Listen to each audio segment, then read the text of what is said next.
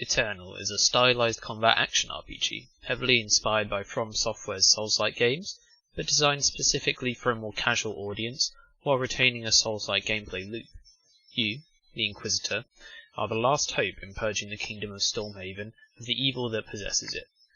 Fight your way out of the ominous dungeon, explore the pillaged city, and you'll find a range of secrets to help you on your mission.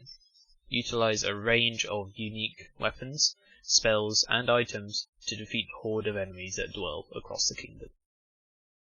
Hi, my name is Devon Gritton, and this is a video guide to my role in the game Eternal, and the processes behind the various design decisions I made throughout the project.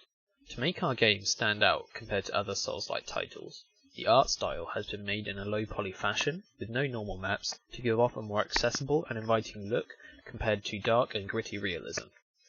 This also helps to ease asset production workflow, as I was the only designer on the team.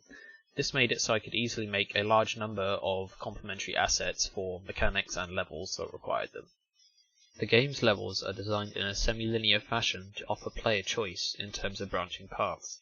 This makes players feel like the levels are large and expansive, as well as encouraging exploration by the thought of what items they may have missed in separate paths.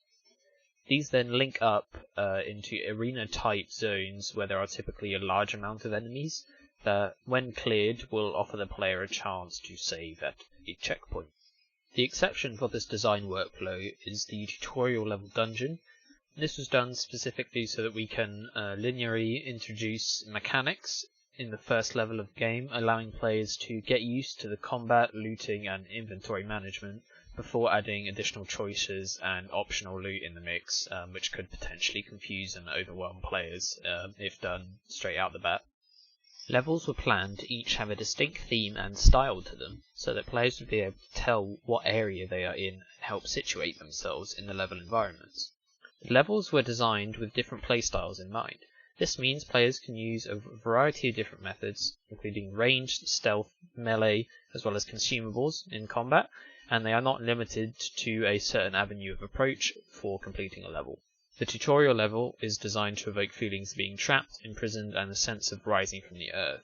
This is due to the more claustrophobic environments, tight corridors, and overall dungeon aesthetic, meaning that when players begin to climb out of the dungeon, they'll feel a sense of relief and almost be happy to escape this claustrophobic environment. The town level is intended to give a wow factor to the player, evoking a sense of scale and grandeur of the game's potential. This is done mainly off the bat of the feelings from the tutorial level, which is designed to make the player feel trapped and imprisoned, so then progressing from a more claustrophobic environment to a more open environment, this will give a sense of reward as well to the player. The cave level aims to evoke feelings of mystery and discovery, as they descend once again into the earth to uncover the source of evil on the land. This environment is based on an old abandoned dwarven kingdom, hence the new cave network will feature very tall ceilings, different assets, environmental hazards, and also a sense of mystery to the area as players will wonder what caused the downfall of a great dwarvish kingdom. There were 2 further levels planned, however they are still in development. The village level is intended to give a sense of freedom to the player, allowing them to maneuver easily and explore to their heart's content.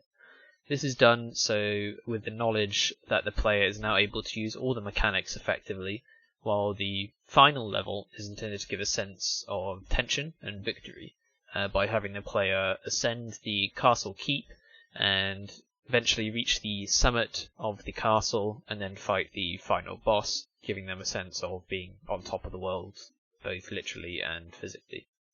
I decided to place items in places that reward exploration, meaning more high-tier shields and weapons would be found in areas that would require the player to either kill a larger amount of enemies or go off the beaten path and explore down the nooks and crannies of the levels.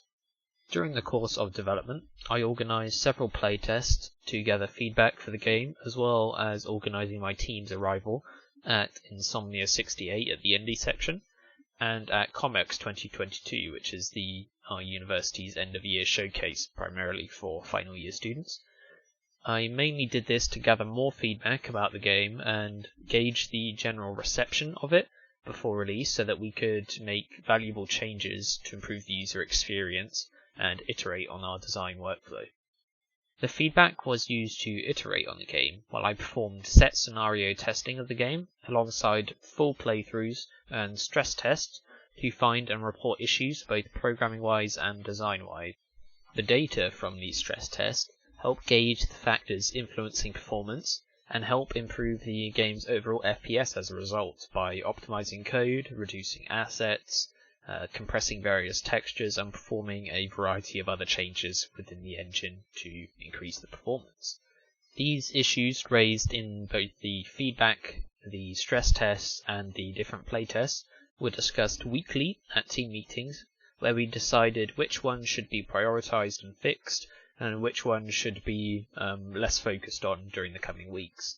The VFX for Eternal were made to evoke a sense of a warm and impactful feeling, giving the player a form of visual feedback and reward when doing actions such as hitting enemies, performing other specific actions like opening chests, obtaining gear. This combined with a variety of sound effects and animation makes each action in the game feel worthwhile and rewarding, even at a subconscious level.